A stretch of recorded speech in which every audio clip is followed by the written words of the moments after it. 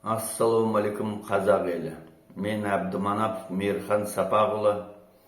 Бүгінгі эфирімді Қазақстанда атом электростанциясын салу-салмау жөнінде болып жатқан қоғамдық талқылауға қатысып, кеше 16 август 24 жылы Алматыда болып өтті. Оған дейін 18 ба 19 қалаларында болып өтті, барлық облыс орталығы және де ірі қалаларда болып өтті. Бұл соңғының бірі енді Астанада ғана болу қалды, қалғанның барлығында болып өтті. Ол қоғамдық талқылау деген ол тек қана жай аты ғана. Онда ешқандай қоғамдық талқылау жоқ, соған өз тарапынан баға бергім келіп отыр. Оны мен ешқандай қоғамдық талқылау деп айта алмаймын, айтуға келмейді.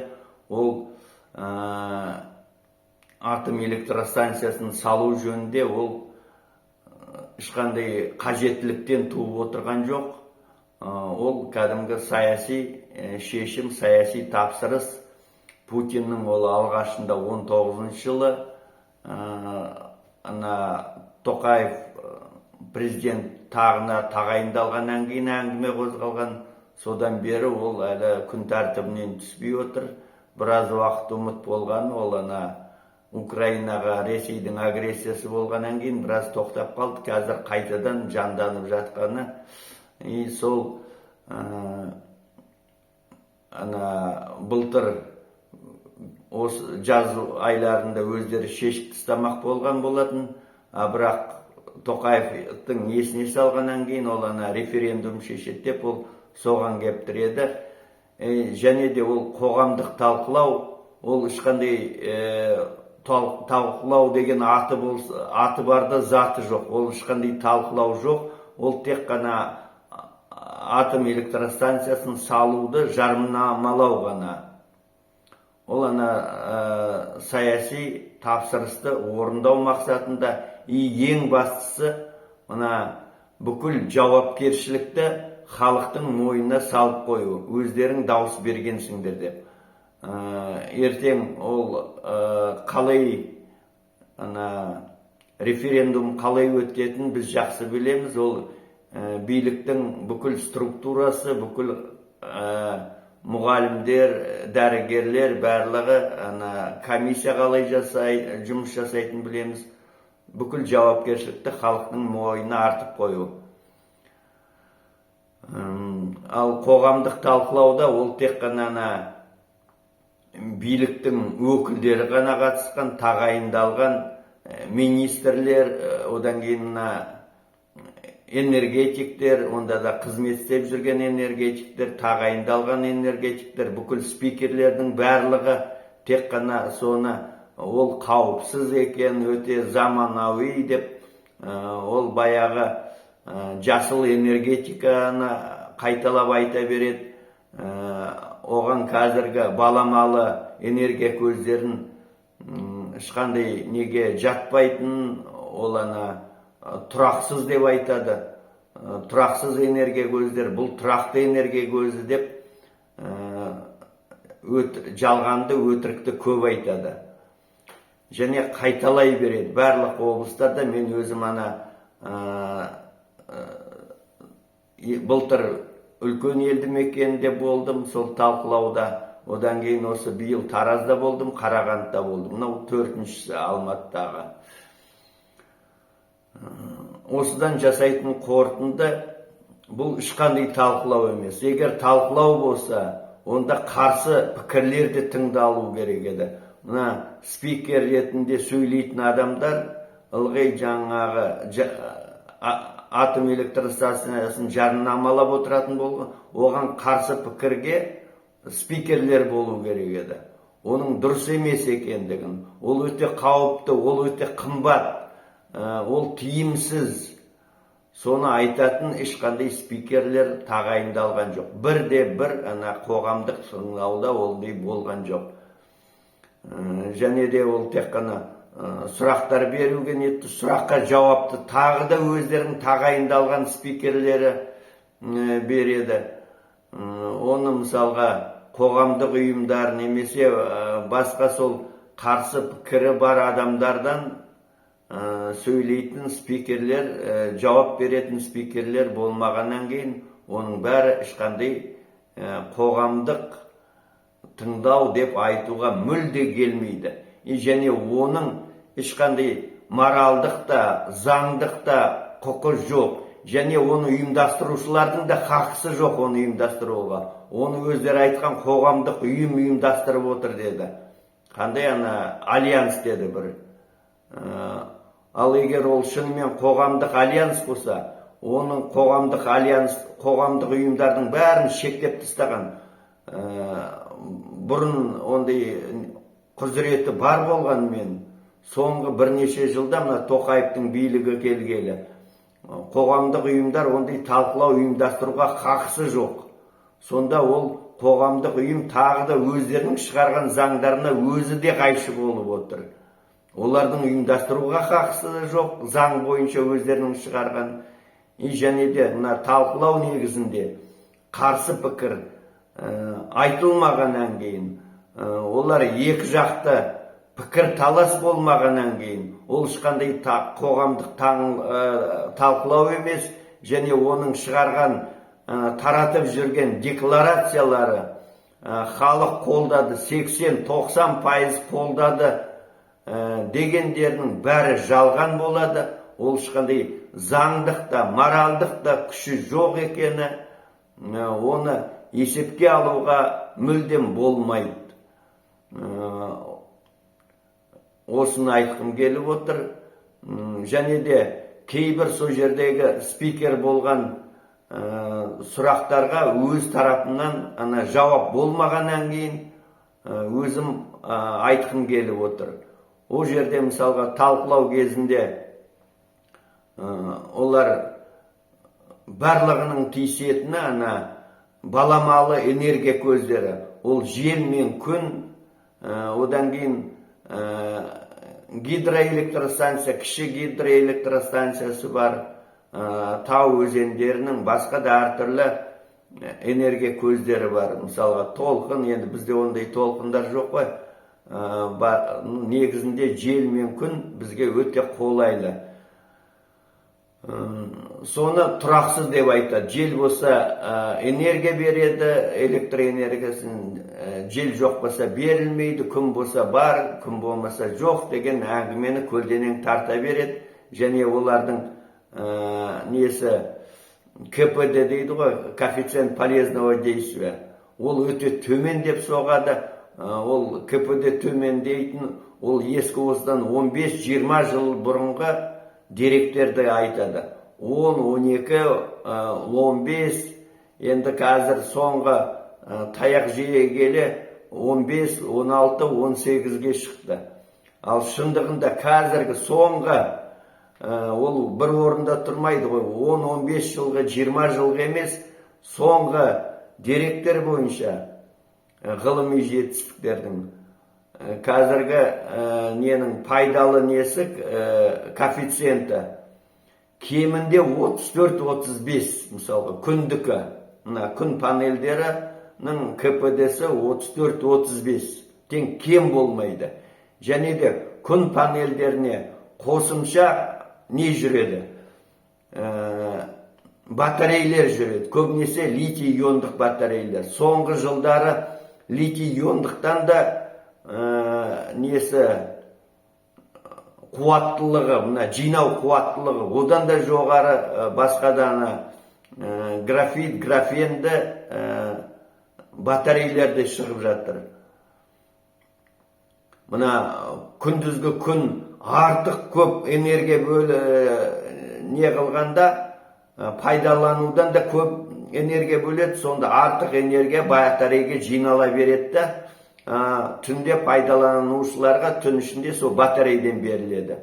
Батарей неғұрлым қуатты көбірек алса, оны әуелі бірнеше күнге жететіндей әуелі сондай не болады? Резерв болады. Ол резервирование дейді, резерв. Ондай резервті неге де пайдалануға болады? Желге. ана турбиналар айналады ғой, сонда да артық не беріледі, мысалға көп айналған кезде, қатты айналған кезде оны резерв жасауға болады. Және де Қазақстанда тұрақты жел соғатын жерлер өте көп. Жеріміз кем ғой, ол бір кемінде 5 Франция сыйып кетеді мысалға. Германия барлығы сол көлемде мысалға бір 4, 5, 6 еседен өте жеріміз кең. Ең бастысы мына бізде жел соғатын жерлер әлде қайда көп. Францияда болсын, Германияда болсын, Ұлыбритания болсын, Европаның барлық елдерінен бізде жер бос жатқан жерлер көп. Ол жерлерде жер қымбат болады, өте қымбат болғаннан кейін соның өзінде олар жер нелерін, диірмендерін қояды, күн панельдерін қояды кәдімгі. Осындай қуатты жел мен күн электростанциясын салып жатыр. Германияда қазіргі соңғы дерек бойынша осыдан былтырғы жылдың өзінде 50%-дан асып кеткен болатын. Былтырғы 50-56%-ға дейін бүкіл электроэнергияны күн мен желден алатын. Ал соңғы дерек бойынша олар 60%-ға жетіп қалған екен Германияның өзінде. Ол бір орында тұрмайды. Және де күн панельдерімен мына желдің диірмендей берейік, жел диірмендері жылдан жылға арзандай береді. Олар жел диірмендері композиттік материалдан жасалған. Мысалға, ол өзінің несі біткенде композиттік материалдар екінші втор сырье ретінде қайтадан өткізуге болады. Қосымша аз да болса ақшасын қайтаруға келеді. Мысалы, қазір күн панельдерінде қайта өңдейтін Европада, Америкада не бар, сондай қабылдайтын орындар бар. Ал ондайда Қытай әлі шешкен жоқ. Қытайда да өте көп мықты дамып жатыр. Қытайдың қазір 25%-дан асып кетті мына күн мен желден алатын электроэнергиясы. Бізде өте, енді атомға қайтып оралайық. Атом тұрақты деп айтады. Тұрақты энергия көзі деп айтады. Ол тағы да жалған. Оның жалғандығын мен осындай дәлелдермен келтірем. Мен айтатын 2-2,5 жылда оның ресурсы бітеді. Жаңағы байытылған уранның таблеткаларының ресурсы бітеді. Кеше солардың өздерінің біреу айтты 18 айға жетті деп. Сонда өлі 1,5 жылда оның байытылған уранның несі біткенде, қуаты біткенде ол тоқтатылады. Атом электростанциясы ол ешқандай ақаусыз жұмыс жасағанда ғана, мысалға 1,5 жыл ма, 1,5 жыл сайын 2 жыл деп қояйық, ары берден кейін 2 жылға созып. Сонда оның ресурсы таусылған кезде жаңағы реактор тоқтатылады, оны тексереді, содан кейін ескі несі қуаты біткен таблеткаларды несімен бірге алады. Және сол жерде атом электростанциясы орналасқан жерде су ваннасына суытуға қояды. Ол қанша ресурсы бітсе де уран 235 ол жерде. Байытылған деген ол уран 235-ті көбейтеді. Уран 235 өте табиғатта аз. Таза уран рудасының өзінде 0,7%. ал уран рудасындағы 99,3% уран 238. Ол ядролық реакцияға нейтрондармен түспейді. Содан кейін ол қалдық болып қалады. Уран 238 қалдық болады. Уже ол бүкіл ластанған, радиацияланған, сәулеленген, іштемеге жарамайтын қалдық болып есептеледі. Уран 238. Бүкіл уран қалдығы деген сол уран 238. Және де сол жұмыс жасаған кезде тағы плутоний пайда болады. Плутоний 239. Ол өте қауіпті. Ол плутоний бомбасы деген бар ғой, мысалға Нагасакиға тастаған. Онымен мысалға неде ол жұмыс жасауға келмейді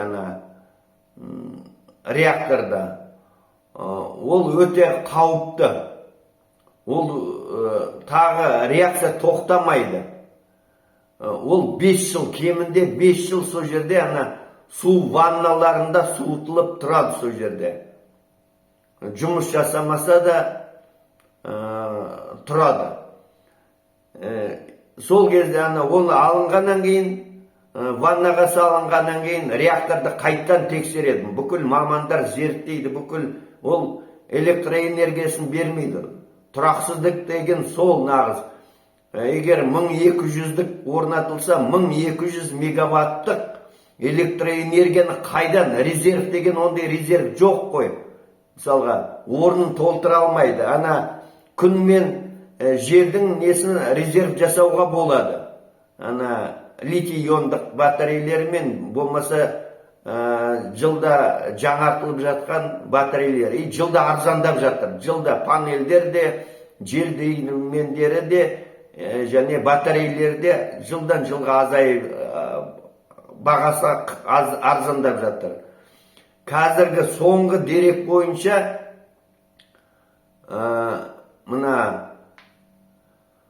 атом электростанциясының өндіретін 1 киловатты кемінде 60 теңге болады.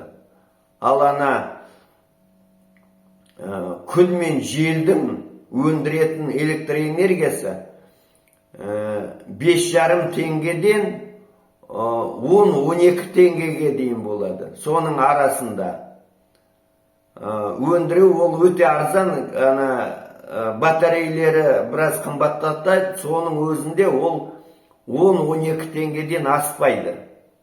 Жылда арзандап жатқаннан кейін онын да төмен болады. Біз неге сол үшін 5-6 есе қымбат атом электростанциясын саламыз? Ол қымбат өз алдына.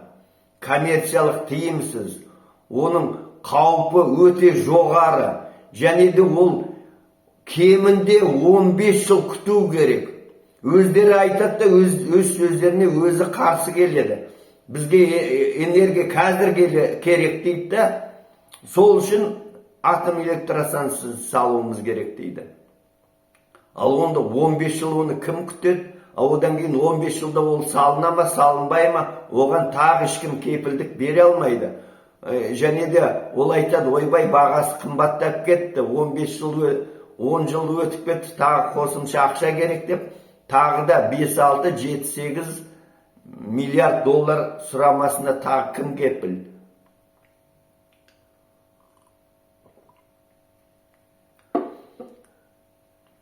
Бұл таза бұлайша алаяқтық саяси ол Путинге не үшін керек? Путинге мысалға басқа ұсынатын еш нәрсесі жоқ.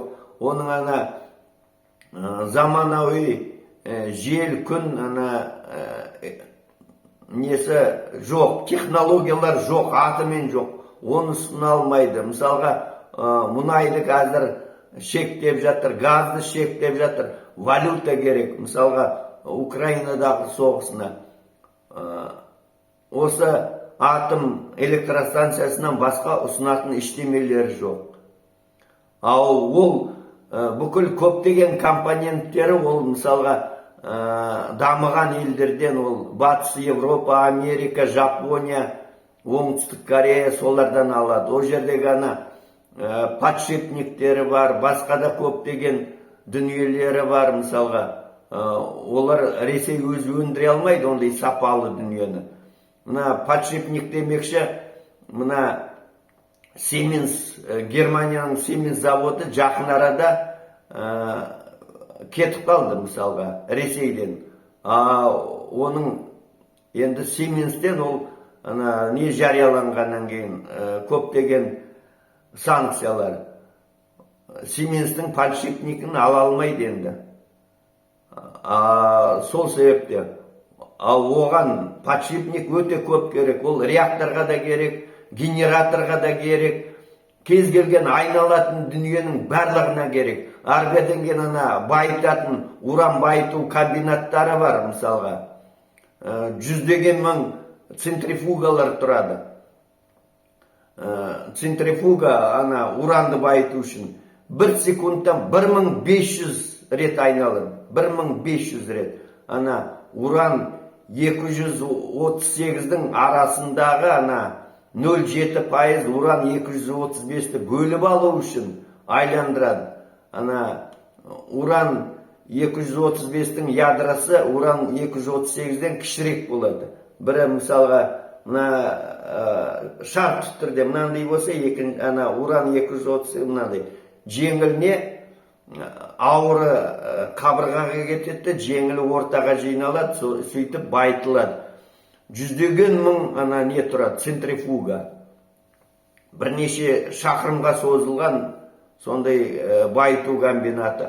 Оған қаншама электроэнергия керек. Біреулер айтады, бізде байытуға болады деп.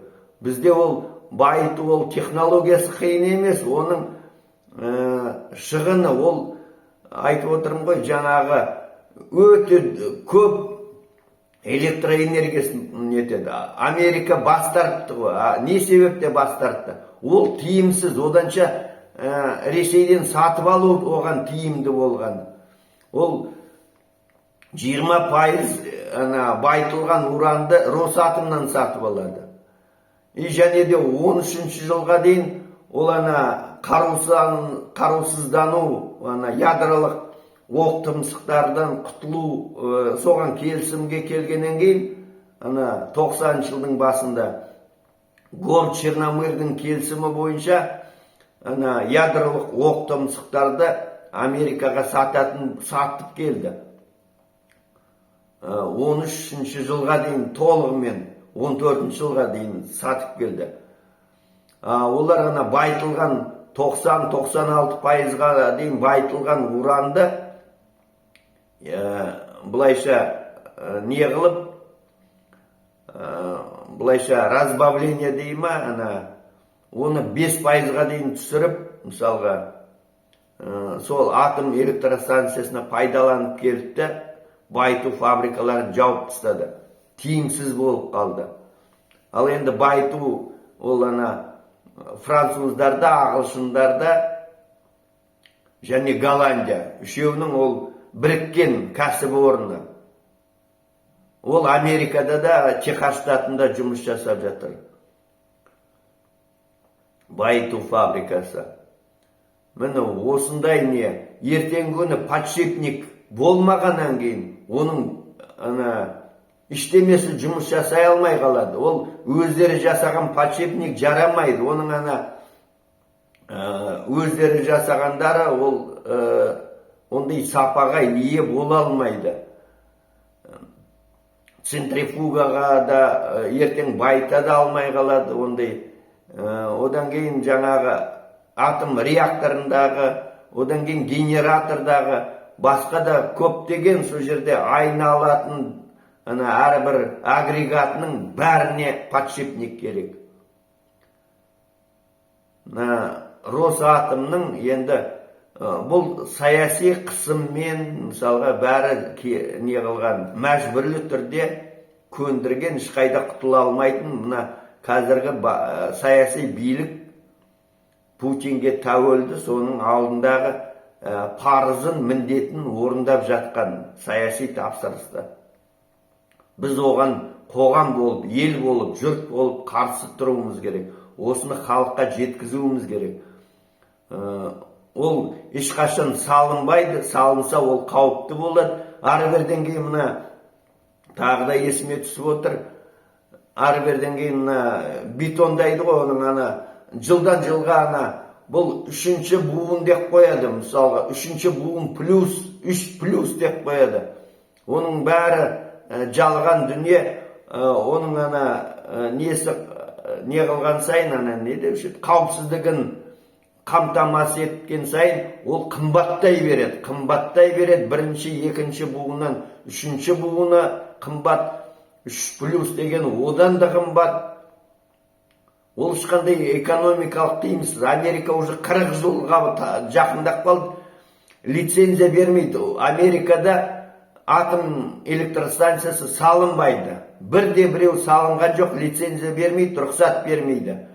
Енді бір 15-20 жылда Америкада, мына Германиядағы сияқты бірде-бір атом электростанциясы қалмайды. Олар қазіргі соңғы нелер жұмыс істеп, қызмет мерзімі біткеннен кейін істен шығып отырады да, ертең оларға қажет болмай қалады.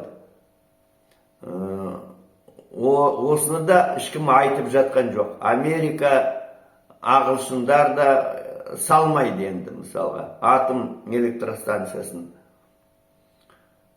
Бұл іс болашақ жоқ. Оны ары берден кейін мына Курчатов институтында бас қосқанда Ресей ғалымдарының өздері де сондай тоқтамға келген. Қазіргі жұмыс жасап жатқан атом реакторларының болашағы жоқ екенін. Ол айтылмайды. Қазіргі Путиннің саяси билігі басқа шегінетін жері жоқ, тек қана соған ол жабысып отыр, соған мәжбүрлеп отыр. Бұл өте қауіпті жағдай. Қоғамдық талқылау деген ол көз бояу. Одан кейін референдум қалай өтетінін тағы да білеміз. Оған жол бермеуге тырысу керек. Мүлдем бірден бас тартқан дұрыс, мысалға. Референдум атом электростанциясында бас тарту, онда нені де қажет болмай қалады референдумның. Ал егер оны бәрібір өткізетін болса, онда бақылаушы қоюға тура келеді бізге. Оның қолдан қалай жасалатынын біз білеміз, соны әшкерлеу керек, мысалға.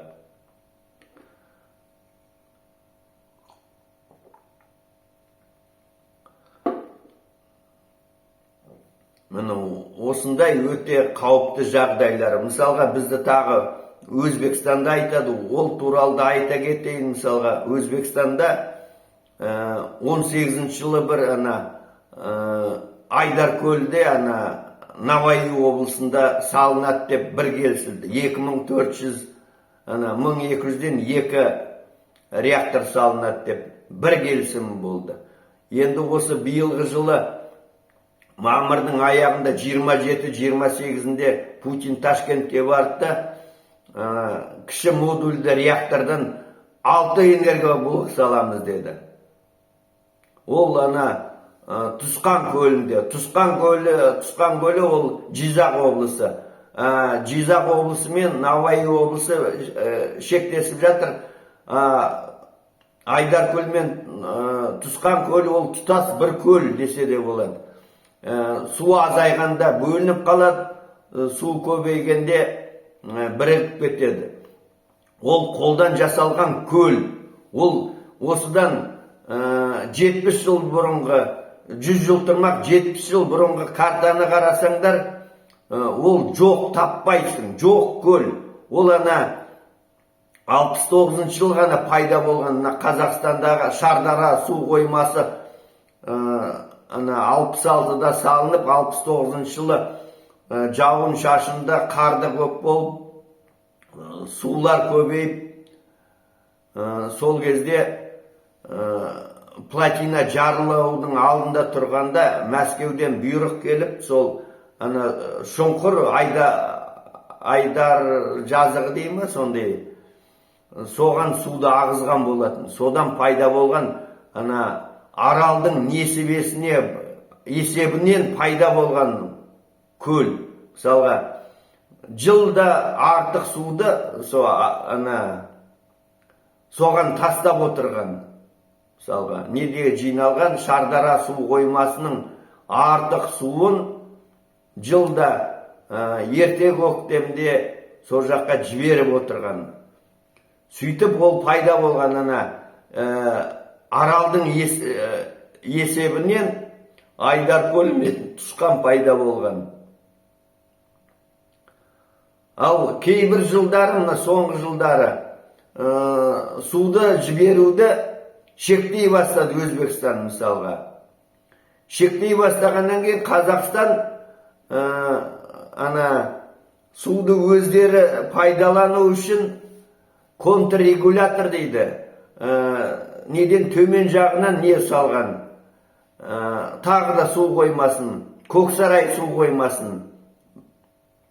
Көксарай су қоймасы салынғаны бері бір 12-13 жыл болды ғой деймін. Сол 11 ма 12-13 жылдар салынып бітті. Енді мына Айдаркөл мен Тұсқанға 1 грамм су бармайды. Енді ол қалай пайда болды, солай жоқ болады. Енді алдымыздағы 20-30 жылда қалай пайда болды, солай жоқ болады.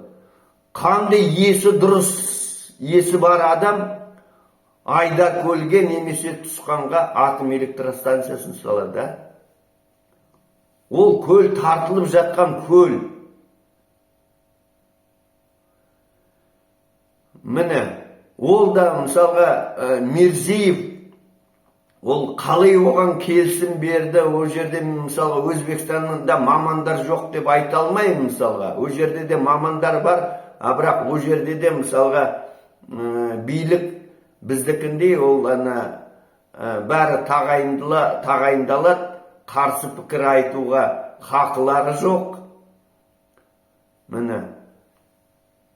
Және де ол жаңағы тек Шардараның артық суы соған кетіп отырғаннан бөлек, сол жақтағы карьерлері бар, сол жерде қардың суы, жауын шашын суы бәрі сол Тұсқанға, Айдаркөлге құйылып жатады. Ол жерде неше түрлі нелер бар. Мысалға, әуелі мүшияқ та өндіріледі. Мысалға, мүшияқ деген у, мысалға, ол да қардың жауын шашын суымен ол Тұсқан көліне құйылып жатыр. Мысалға, ертең күн ол тарылып кетеді. Міне, ол бір де. Ал енді тағы да айта кетейін, кіші модульді реактор деген не екен? Ол Ресейдегі соңғы 10 жылда ма, одан артықта бір қазіргі реактор, Ритм 200 деген реактор, соны орнатамыз депті. Сол шешілген. 6 Ритм 200-ді. Ал Ритм 200 деген ол ешқашан жоқ. Ресейдің өзінде ол сынақтан өтпеген, ол электроэнергия берген емес. Сонда сынақ полигонына айналмақ. Ол біріншіден өмірі жоқ, ол тек қана мұз жарғыш кемеге орнататын реакторлар. Бір мұз жарғышқа 2 реактор орнатады. Ол мұз жарғыш кеме, ол мұхиттың суымен суытылады. О жер өте қысы жазы, мысалға не ғой? Суық жерлер, аязды жерлер. О жерде ол қызып кетпейді мысалға. Ол реакторлар. Одан кейін сухой градирня дейді, құрғақ мұнаралы мысалға вентиляция арқылы суытылады. О жерде де суық. Қалай суытса да о жерде суытуға келеді. Ылғи аязды жерлер ғой, мұзды мұхит деген. Ал Өзбекстанға оның қандай несі бар? Мысалға, Өзбекстанның жазғы ыстығы, қайнаған ыстығы 45-50 градуста реактор қайнап кетпей ме? Ана көлдің суының өзі қайнап кетпей ме мысалға? Көлдің суы, оны қалай суытады мысалға? Сонда Өзбекстанның о жерде ана маломодульный деген ана кіші модульді реактор, ол мүлден етуге келмейді ғой. И және де ол ана неде ол жасалғанда ол электроэнергия емес, ол көбінесе жылу беретін ана не деуші еді? Реактор. Ол жылу беретін. Себебі атом мұзжарғыш кеме өте үлкен ғой, үлкен не десе де болады, неше қабат үй сияқты. Оның бәрін жылтуға, соның 2/2 жылу несін беретін, 1/3 ғана электр өндіретін, 1/3 ғана электр. Ана мотор айландырғанға электр, и ана жаңағы бүкіл бөлмелері ішінде неше түрлі каюталары, нелері, көптеген залдары бәріне жарық керек, сол 1/3. Ал мынау тұтастай электр өндіретін, ондай мүлдем жоқ. Сонда Өзбекстанды сынақ полигонына, и және де ыстық жерге, анау мұзды мұхитта жүретін кемелерде, суық жерде ол суытылады. Ал мына ыстық жерде ол қалай жұмыс жасайды? Оның тағы да ол ана жылу емес, электроэнергиясын беретін қып. Ол сынақ полигон. Біреуін жасаймыз деп ойлаған, ол қағаз жүзінде ғана. Якутияда, Саха Якутияда көлік бармайтын, іштеме бармайтын, тек қана тік ұшақпен баратын бір алтын кені бар, соны өндіру үшін сол жерге орнатамыз ба деген жоспарда ғана бар. Болды, басқа жер бетінде ондай не жоқ мысалға. Ондайдан Америкада барлық елдер бас тартқан. Ол экономикалық жағынан тиімсіз. Және де оның жаңа айттым ғой, байыту, мына үлкен реакторлардағыдай 4,5-5% емес, 4,5-5%-лық болса, ол бірнеше айда тоқтап қалады, қуаты бітіп, ресурсы бітіп, уран 235-тің. Оны 20%-ға бірнеше жыл істеу үшін, 2-3 жыл, одан да көбірек па істеу үшін, оны 20%-ға дейін, 20-ға сәл жеткізбей, 20-дан 20-ға толса, ол уже не болып есептеледі,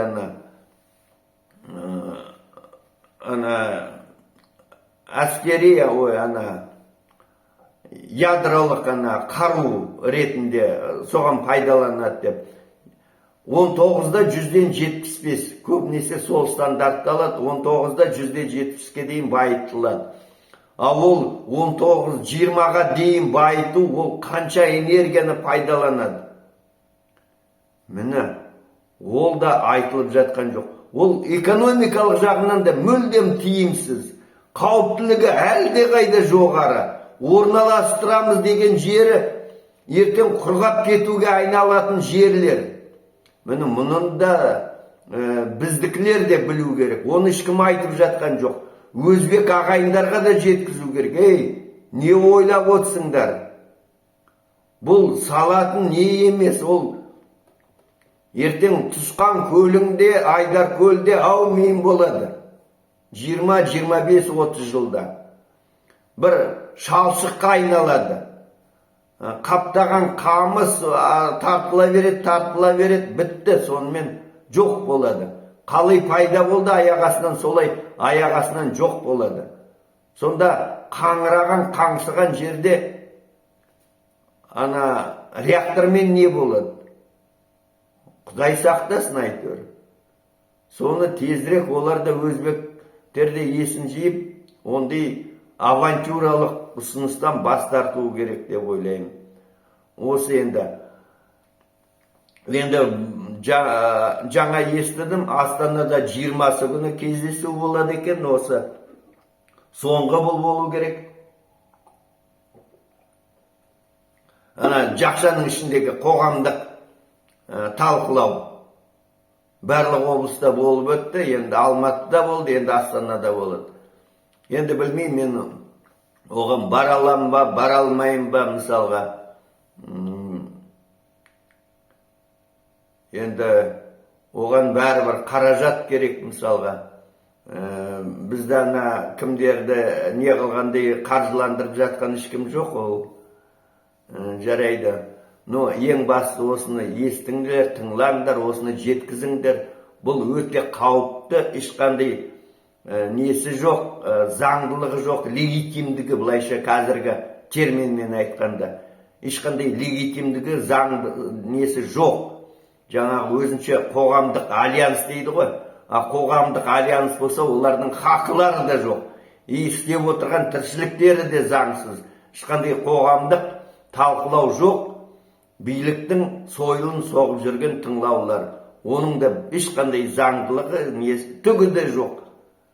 Бұл таза авантюра, таза Путиннің тапсырысын орындайтын соның лоббистік сондай топ ары берден кейін. Мен бір соңғы нені айта салайын, мысалға, тағы көп айтатын мына бір сөз бар.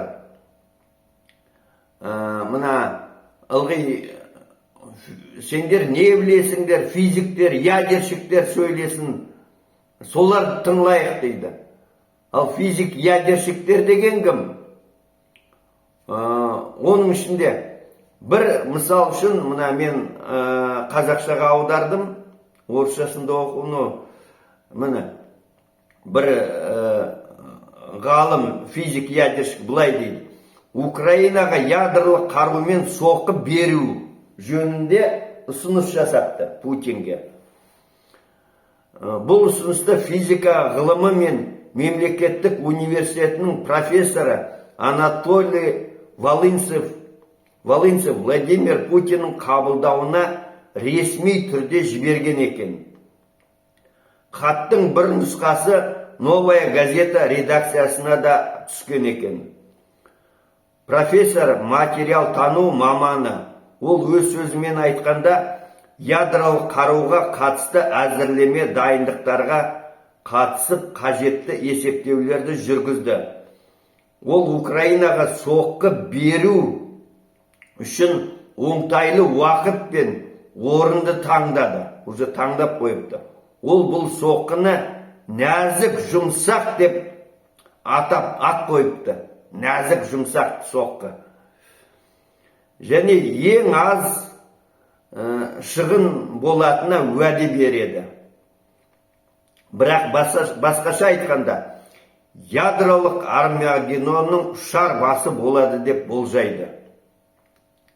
Новая газетінің арнайы тілшісі Ирина Тумакова профессордың үйінде болып, оның есебі мен уәжін сұрайды дейді. Жаңағы Новая газетін Ресейдің әділет министрлігі шетелдік агент ретінде танып қойған мысалға. Міне осындай профессорлар Ресейде жүргенде мысалға, біздің физиктер мысалға, міне ядролық қарумен соққы беруді нетіп жүрген физик, ядерщиктер енді нағыз бұнда қандай физик, ядерщиктер қызмет істеп жүр? Өңкей тағайындалған физик, ядерщиктер, тағайындалған сатымсақ чиновниктер мысалға. Бұларға сенім бар ма мысалға? Олардың мысалға бір нағыз физик, ядерщик болмаса, физикадан хабарымыз бар, химиядан хабарымыз бар.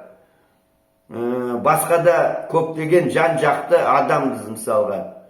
Мына өзіміз бұлай сөйлеп те көрмегенбіз көпшілік алдында. Мысалға қазақта мақал бар ғой, сөйлей шешен боласың, көре көсем боласың деп. Сол сөйлеуге мәжбүр болдық. Сол кішкене неміз ашылады мысалға. Көре көсем болып, бәрін көріп, естіп, біліп жүргеннен кейін, осының бәрін білеміз мысалға. Зерттейміз мысалға. Өмір тәжірибеміз бар мысалға.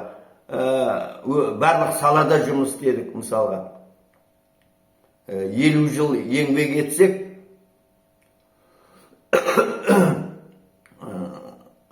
қоғамымыздың барлық саласында еңбек еттік. Тәжірибеміз жетерлік мысалға. Біз баға бере аламыз. Менің берген бағам осы. Бұлар тоқтату керек. Жалпы атомға бір жолата бас тартыру керек. Негізінде бұл билік түгелдей ауыспайынша бізде осындай проблемалар шыға береді. Осы енді қоғамдық талқылау енді 20-сы күні таңғы сағат 9-ға қойыпты. Алматыда біз 16-сы болды ма, 15-і кешке жақын кездейсоқ бір жаңалықтардан оқып қалдым да телефон соқтым. Қоғам белсенді. Көпшілігі білмейтін болып шықты. Содан кейін соны тауып алып, содан кейін келдім. Таңғы 9-да, не 10-ға, 11-ге неге қоймайды мысалға? Хабарлама бермеген. Міне, бұлардың қитұрқы әрекеттері осындай. Қоғамдық ұйымдар, белсенділер естімесін, білмей қалсын деп, осындай арамзалық, қулықтары бар. Астанада да дәл солай болып отыр. Таңғы 9-ға қойған екен, 20-сына. Ал енді сау саламат болыңыздар, астаналықтар енді осыған дайын болыңдар. Мына өңкей тағайындалған физиктері бар, тағайындалған чиновниктері бар, сатымсақ өңкей, сатқын. Соларға тоқтау салу керек. Және қоғамдық тыңлау, бұл заңдылығы жоқ ешқандай. Егер қоғамдық не болса, онда қарсы пікір білдіретінде спикерлер бұл. Бұлар тек жарымнамалау ғана. Сол, енді сау саламат болыңыздар, осыны таратыңыздар, аман болыңыздар, эфирді таратыңыздар, лайк қойыңыздар, комментарий жазыңыздар. Билікке қою керек. Былайша айтқанда, орысыншы тормоз дейді ғой. Атомға тоқтау салу керек. Ар жағын тағы көре жатармыз. Сау саламат болыңыздар.